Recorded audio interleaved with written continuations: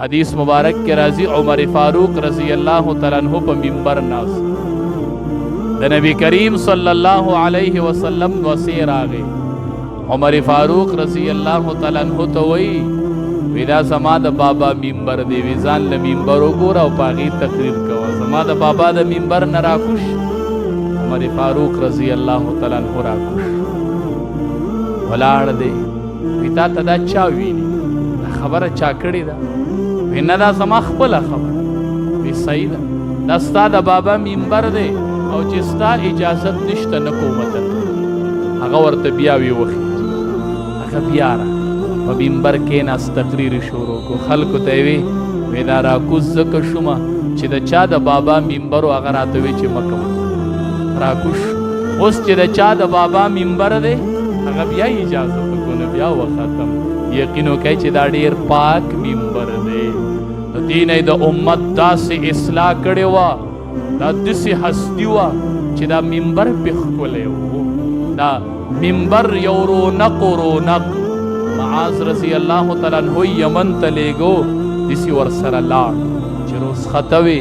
اے معاذا شاید چی زما پا قبر بدیش چی واپس رازی دا یمن نا یاد معاذا منبر بئی و زینت دا منبر بئی رابشی پا مسجد نبوی کے وگرزی منبر با اوینی خود منبر خکولا بنی گورے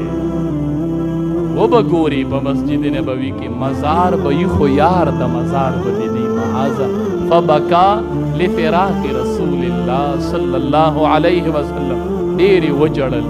نبی علیہ السلام دا فراق دا وجنا نبی علیہ السلام ورطوی مجاڑا معاذا مخفکے گا ما سر با قیامت کے تاسو ٹول نزدی اے صحابی راگے ارخ کلے دورو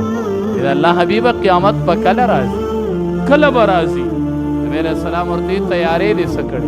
تیارے دے کڑے نور تیارے میں نشتہ دے وی تاثر میں دیر امین دے نبی علیہ السلام ورطوی المرء مع من احب سڑے بدا اغا چا سری چی دے چا سرے پا دنیا کی بھی مطلب دا ما سر دا مین دی دا اخیرت دا نجات ذریعہ دا ما سر با یوزئی نن جم سڑے مسجد نبوی تا ورش منبر شتے محراب شتے موتکف شتے اعتکاف سے بیوینی محراب بوینی منبر بوینی دیر با پا مسجد نبوی کے وگرزی منبر تا بگوری و زینت پا بھی نہیں محراب تا بگوری و زینت با نہیں آخر کے با پا مزار باندی تیر شے ادب کا مقام آیا جہاں محمد مصطفیٰ کا مزار آیا آخری مرحلہ سڑے پا مزار تیر شی موتکف تبگوری امام الانبیاء بنی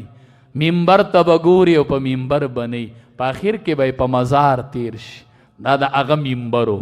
پا دی با امام الانبیاء تشریف فرماؤ دا قوم اصلاح با کولا دا قوم رہنمائی با کولا قوم تی ڈیوی ورکڑلی ڈیوی دا سی اصلاحی دا قوم اکڑلا دا سی شاگردانی پا دنیا کے تیار کڑل چی دنیا دا سی شاگردان لیدلی ہم نو چی دا اغی منبرنا رسول اللہ صلی اللہ علیہ وسلم کم شاگردان پیدا کڑل کم اصلاحی دا قوم اکڑلا عجیبہ ہستی